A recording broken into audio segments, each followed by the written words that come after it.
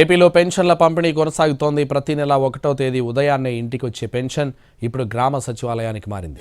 ఎన్నికల వేళ వాలంటీర్ల ద్వారా ఇంటింటికి పెన్షన్లను పంపిణీ చేయొద్దన్న ఈసీ ఆదేశాలతో గ్రామ సచివాలయాల్లోనే పెన్షన్లను అందజేస్తుంది ఏపీ ప్రభుత్వం. పెన్షన్ తీసుకునేందుకు గ్రామ సచివాలయాలకు క్యూ కట్టారు లబ్ధిదారులు. పెన్షన్ల కోసం మొత్తం 1951 కోట్లను ప్రభుత్వం అందుబాటులో ఉంచింది.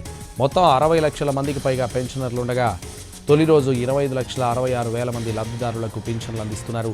అక్కడక్కడ ఐరిస్ థంబ్ మ్యాచ్ కాకపోవడంతో ఇబ్బందులు ఎదురవుతున్నాయి. ఈ నెల 6 నాటికి పెన్షన్ల పంపిణీ పూర్తి చేయాలని ఆదేశాలు జారీ కావడంతో 2 విధానాల్లో పంపిణీ చేస్తోంది ఏపీ సర్కార్. దివ్యాంగులు, తీవ్ర అనారోగ్యంతో బాధపడుతున్న వారు, మంచాన పడ్డ వారికి ఇంటి వద్దే పెన్షన్లు అందిస్తున్నారు. మిగిలిన వారికి గ్రామ, వార్డు సచివాలయాల దగ్గరికి వచ్చి తీసుకుంటున్నారు. ప్రతి నెల మొదటి రోజునే తెల్లవారికల్లా పెన్షన్ తీసుకునే వృద్ధులు ఇప్పుడు పడరాని కష్టాలు పడుతున్నారు. పలు జిల్లాల్లో పెన్షన్ తీసుకునేందుకు వచ్చి ఎండ దెబ్బతో అల్లాడిపోతున్నారు. దీంతో ఉదయం 7 గంటల నుంచి పెన్షన్లు అందించాలని ఆదేశాలు ఇచ్చారు.